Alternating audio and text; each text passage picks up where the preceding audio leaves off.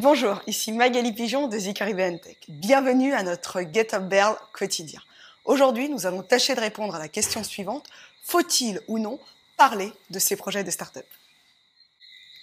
À The Caribbean Tech, notre réponse est nécessairement oui, il faut parler de ces projets de start-up. Mais bon, gageons que ça ne vous suffise pas, donc procédons de la manière suivante.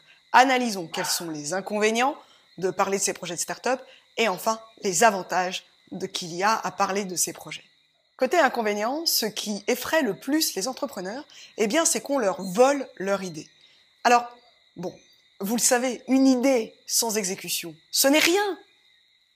Mais bon, admettons que vous parliez de votre projet, que l'idée séduise votre interlocuteur et que cette personne décide de se lancer sur l'exécution de cette idée. Ça voudrait donc dire que cette personne arrête tout du jour au lendemain pour pouvoir traiter cette idée. Et vous le savez, la vie d'un entrepreneur est loin d'être un long fleuve tranquille. Il n'y a pas de début à 9h du matin pour terminer à 17h, comme disent les Américains. C'est une vie où on commence très tôt et où on finit très tard, pendant parfois des mois, voire des années avant de pouvoir se rémunérer. Donc, ça voudrait dire que cette personne décide d'abandonner tout dans sa vie actuelle pour pouvoir copier cette idée. J'espère pour cette personne qu'elle est aussi passionnée que vous sur le thème que vous avez décidé de traiter.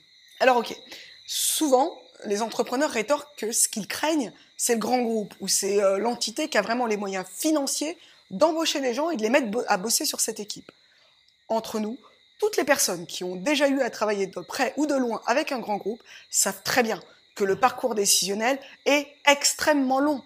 Donc d'ici à ce qu'ils copient réellement, ou en tout cas qu'ils exécutent réellement l'idée que vous leur avez pitchée, il y a un monde. Donc en gros, ce qu'on est en train de dire, c'est que voler une idée, c'est peu probable. En fait, ce qui est un peu plus probable, c'est qu'on vous copie une idée.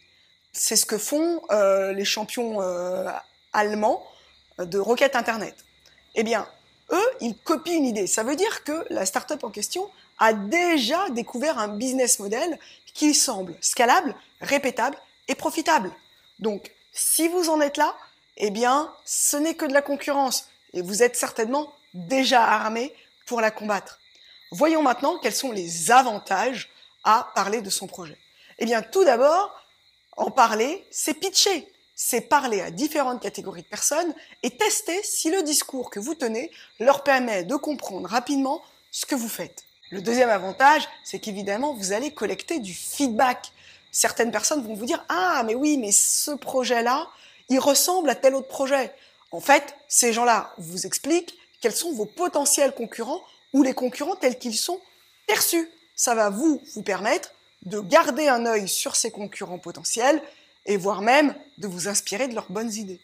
Les feedbacks, ça vous sert aussi à obtenir des suggestions pour savoir quelles sont les features, les fonctionnalités que vous devriez développer sur votre produit pour qu'il soit encore plus accueilli. Les feedbacks, ça sert aussi à s'assurer que votre proposition de valeur est bien comprise.